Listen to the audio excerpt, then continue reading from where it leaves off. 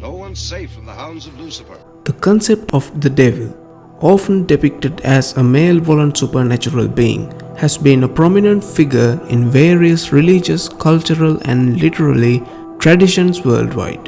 The devil is typically associated with evil, temptation, and rebellion against divine or moral authority. Across different belief systems, the devil embodies the antithesis of goodness, often portrayed as the sinister force working against humanity's spiritual well-being. Welcome to the Magnifier. Today in this episode I'm going to be discussing about how different religions see the concept of the devil. So let's get into the video.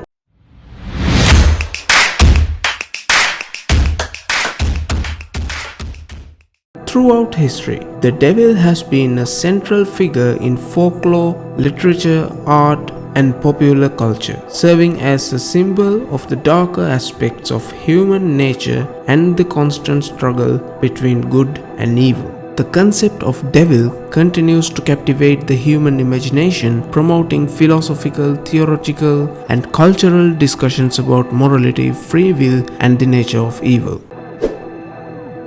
In Christianity, the devil is typically viewed as a fallen angel who rebelled against God and was cast out of heaven. The devil, often identified as Satan or Lucifer, is considered the primary antagonist and adversary of God and humanity. It's a malevolent being who seeks to oppose God's will and lead humans away from righteousness. According to Christian beliefs, the devil tempts individuals to sin and promotes spiritual disobedience, ultimately aiming to undermine God's plan for humanity. The devil is described in Christian scriptures, particularly in the Old and New Testaments of the Bible, through various narratives, symbols, and allegorical representations. In the New Testament, for an example, the devil is depicted as the tempter of Jesus during his wilderness ordeal. Christian theology teaches that the devil's ultimate fate is eternal separation from God, along with other rebellious angels who followed him in his defiance. The devil is associated with concepts such as evil, deception, darkness, and spiritual corruption. While the devil represents a formidable adversary in Christian doctrine, Christianity also emphasizes the victory of God over evil through the redemptive work of Jesus Christ. Believers are encouraged to resist the devil's temptations, rely on God's grace, and strive for spiritual purity and obedience. Throughout Christian history, the figure of the devil has been a central theme in theology, art, literature, and popular culture, serving as a symbol of the ongoing struggle between good and evil and the triumph of divine justice and redemption. In Hinduism, there isn't a singular concept of the devil as understood in some other religious traditions like Christianity or Islam. Hinduism is a diverse religion with a wide array of beliefs and practices, and its interpretation of the devil and malevolent forces varies across different texts and philosophies. However, Hinduism does recognize the existence of negative or malevolent forces that can obstruct spiritual progress and cause suffering in the material world. These forces are often personified as demons or evil spirits in Hindu mythology.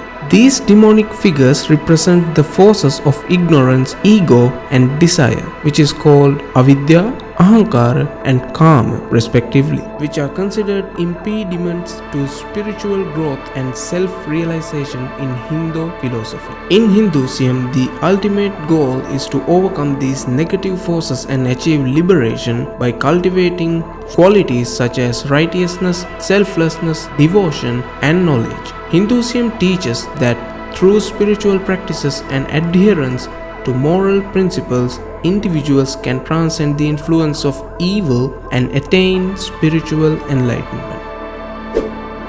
In Islam, the devil is known as Shaitan or Iblis. The concept of Shaitan plays a significant role in Islamic theology and cosmology, representing the embodiment of evil and temptation. Islam views Shaitan as a disobedient and arrogant creature who refused to bow down to Adam, the first human when commanded by Allah, the God. Shaitan's primary objective is to lead human beings astray from the path of righteousness and obedience to Allah. He does this by whispering temptations and doubts into the hearts and minds of people. In summary, in Islam, Shaitan is viewed as a powerful and malevolent spiritual being whose purpose is to lead humanity astray from the path of righteousness. Muslims believe in the existence of Shaitan as a real entity and are instructed to remain vigilant against his temptations through faith and obedience to Allah's commandments.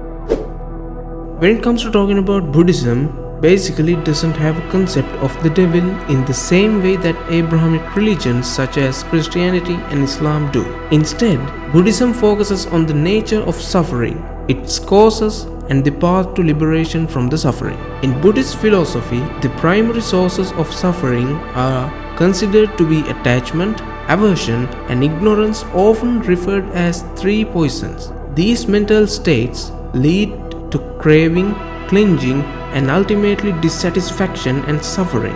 While Buddhism acknowledges the existence of negative and harmful forces in the world, it doesn't personify them as a single entity like the devil.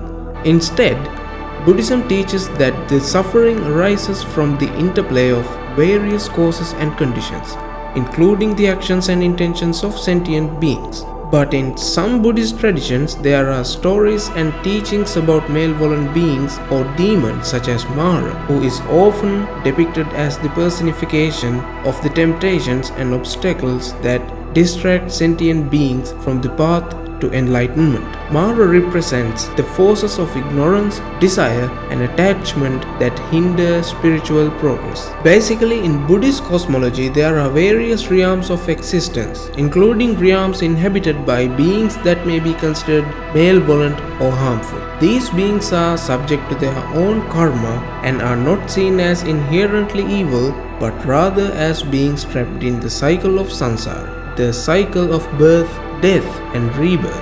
However, the emphasis of Buddhism is not on battling external evil forces but on understanding and transforming one's own mind and overcoming the internal causes of suffering. Through practices such as meditation, mindfulness, ethical conduct, and wisdom, Buddhists seek to cultivate inner peace, compassion, and liberation from suffering. That brings the end of today's episode. Stay tuned with Magnifier, then you can watch episodes like these. Comment down your ideas about the program. Until we meet again, have a pleasant break.